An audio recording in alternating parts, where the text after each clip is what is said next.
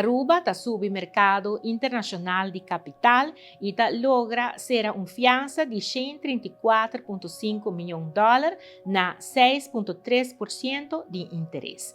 Essa aqui está uma boa notícia, já que Aruba por cumprir com sua necessidade financeira de presupuesto 2024. Hopi lo pensa, questa aqui está sub deve de país Aruba. Al contrário, Aruba abenta trabalhar de uma maneira séria para por haya contener o crescimento de deve by over de déficit para surplus, e surplus não é barra e deve. E assim nós por mira, comparar com o primeiro quartal de ano 2022, Teco agora que não é primeiro quartal de 2024, Aruba su deve está barra com 600 milhões de florins.